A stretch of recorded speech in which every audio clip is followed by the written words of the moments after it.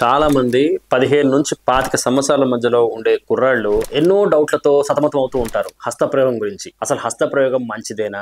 చేయడం వల్ల నష్టం ఉందా? దీనివల్ల నేనేమన్నా కోల్పోతున్నానా? దీనివల్ల నా ఫ్యూచర్ లో ఫర్టిలిటీ పొటెన్షియల్ అంటే సంతాన సమస్యలు ఏమైనా తలెత్తాయా? నా వైవాహిక జీవితంలో దీనివల్ల ఏమైనా ఇబ్బందులు వస్తుంటాయా అని ఎంతో మంది డౌట్లు వస్తుంటాయి.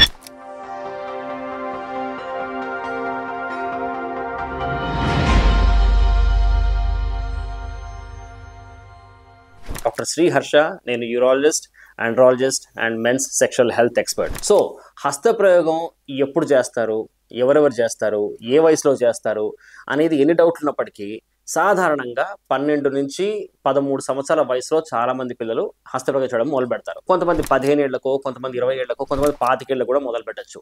ఎప్పుడు మొదలు పెట్టినప్పటికీ దీనిలో జరిగే ప్రక్రియ ఒకటే. హస్తప్రయోగం వల్ల మన వీర్య కణాలు మొత్తం తీసుకొని అంగం నుంచి బయటకు వస్తుంది. దీనివల్ల భావప్రాప్తి, మనం దాన్ని ఆర్గాజం అంటాం, అది చెందుతారు. ఈ ఆర్గాజం అనే దానికి అడిక్ట్ అయిపోయి చాలా మంది హస్తప్రయోగాన్ని చాలా తరచుగా చేస్తూ దానికి వ్యసనానికి గురవుతుంది అనమాట. సో వారానికి 4-5 సార్లు 2-3 సార్లు చేస్తే అది మనం హస్తప్రయోగాన్ని నార్మల్ గా భావిస్తాం. అదే గనక మనకు పనికొచ్చే పనులు పక్కన పెట్టి, చదువుని పక్కన పెట్టి, మన ఫ్యూచర్ కి మన భవిష్యత్తుకు సంబంధించిన విషయాలన్నింటి పక్కన పెట్టేసి మనం దీని మీదే కాన్సన్ట్రేట్ చేస్తూ పోతే గనక అప్పుడు మనం దీన్ని వ్యసనం అంటాం. సో ఈ వ్యసనం హస్తప్రయోగానికి మాత్రమే కాదు, దేనికైనా జరగచ్చు. ఆల్కహాలిక్ వ్యసనం అయిపోవచ్చు, కొంతమంది స్మోకింగ్ కి వ్యసనం అయిపోవచ్చు, కొంతమంది మత్తు పదార్థాలకు వ్యసనం అయిపోవచ్చు. అదేవిధంగా హస్తప్రయోగం వల్ల జరిగే ఆ భావప్రాప్తి, ఆ ఆర్గాజం కూడా చాలా మంది వ్యసనం అయిపోయి తరచుగా ఈ హస్తప్రయోగం చేసే అవకాశం కూడా ఉంటుంది. సో ఈ హస్తప్రయోగం చేస్తూ కొంతమంది బ్లూ ఫిల్మ్స్ కి బాగా బానిసలైపోతారు. అంటే పోర్న్ మూవీస్ చాలా ఎక్కువ చూడడం మొదలు పెడతారు. వాటి కొత్త పద్ధతులు వెతుక్కుంటారు. ఏదో విధంగా హస్తప్రయోగం చేసి ఆ భావప్రాప్తిని పొందాలనే ఆలోచనతో కొత్త పద్ధతుల్ని వెతుక్కోవడం, కొత్త ఏదో ఒక ఎక్స్క్యూజ్ వెతుక్కోవడం చేస్తూ ఉంటారు. అలా కాకుండా గనక వారానికి ఒక 2-3 సార్లు, 4-5 సార్లు ఇంకా చేస్తూ పోతుంటే మీలో బిల్డ్ అయ్యి ఉన్న ఆ సెక్షువల్ టెన్షన్ రిలీజ్ అయిపోతుంది. ఆ తర్వాత మళ్ళీ మీరు మీ పనులవన్నీ మీరు మామూలుగా చేసుకుంటూ ఉండొచ్చు. కాబట్టి హస్తప్రయోగం అనేది మితిమీరకుండా ఉంటే గనక దానివల్ల వచ్చే నష్టం అయితే ఏమీ లేదు. హస్తప్రయోగం వల్ల గనక మనం చాలా ఎక్కువ చేస్తూ పోతుంటే స్పర్మ్ ఏమైనా దెబ్బతింటుందా, అంటే వీర్య కణాల ఉత్పత్తి కానీ, వీర్య కణాల కౌంట్ కానీ, దాని క్వాలిటీ కానీ ఏమైనా దెబ్బతింటుందా అనేది చాలా మందికి ఉండే అనుమానం. అఫ్ కోర్స్ దీనివల్ల వీర్య కణాల యొక్క కౌంట్ తగ్గదు, దాని క్వాలిటీ తగ్గదు. వీర్య కణాల కౌంట్కి, క్వాలిటీకి సంబంధం హస్తప్రయోగంతో కాదు, మన లైఫ్ స్టైల్తో ఉంటుంది. లైఫ్ స్టైల్ అంటే ఏంటి? మనం రోజుకి ఎన్ని గంటలు నిద్రపోతున్నాం? మనం రాత్రిపూట నిద్రపోతున్నావా, పగలు నిద్రపోతున్నావా? మన ఆహారపు అలవాట్లు ఏంటి? మనం ఇంటి భోజనం తింటున్నావా, బయట భోజనం తింటున్నావా? బయట భోజనం తిన్నప్పటికీ కూడా ఎన్నిసార్లు బయట తింటున్నాం? జంక్ ఫుడ్ ఎక్కువ తింటున్నావా, బయట ఆయిల్ పదార్థాలు ఎక్కువ తింటున్నావా?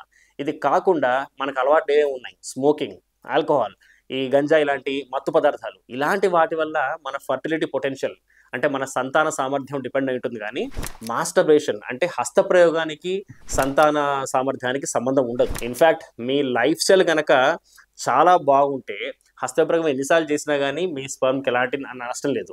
అలా అని చెప్పి అసలు ఎప్పుడు మాస్టర్బేషన్ చేయకుండా, హస్తప్రయోగం చేయకుండా వారానికి 2-3 రోజులు చేసినప్పటికీ కూడా మీ లైఫ్ స్టైల్ బాగాలేకపోతే మీ స్పర్మ్ అనేది సరిగ్గా ఉండకుండా ఉండే అవకాశమే ఎక్కువ ఉంటుంది. అలాగే చాలా మంది 15 నుంచి 25 ఏళ్ల మధ్యలో సన్నగా ఉండే కుర్రాళ్ళు కూడా, సార్ మేము హస్తప్రయోగానికి బానిసలం అయిపోయాము, ఈ వ్యసనం వల్ల అసలు మేము బాడీ వెయిట్ పికప్ అవ్వట్లేదు, మేము చాలా సన్నగా ఉంటున్నాం, ఆహారం ఎంత తింటున్నా కానీ, ఎంత ఎక్సర్సైజ్ చేస్తున్నప్పుడు కూడా మా బాడీ వెయిట్ పికప్ అవటం కూడా సమస్యతో మన దగ్గరకు వస్తూ ఉంటారు.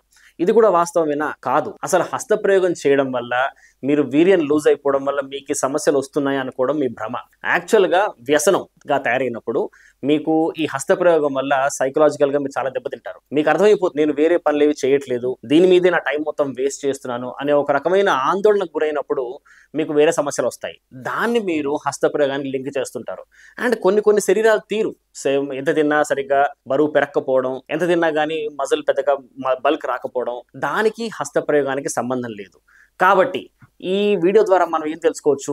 ఒకటి, హస్తప్రయోగం అనేది ఒక రోగం కాదు, అదొక ఫిజియోలాజికల్ ఫెనామినన్. ప్రతి మగవాడు చేసే పనే. వారానికి 4-5 సార్లు వరకు మీరు చేస్తూ పోతే అది ఆరోగ్యకరమే.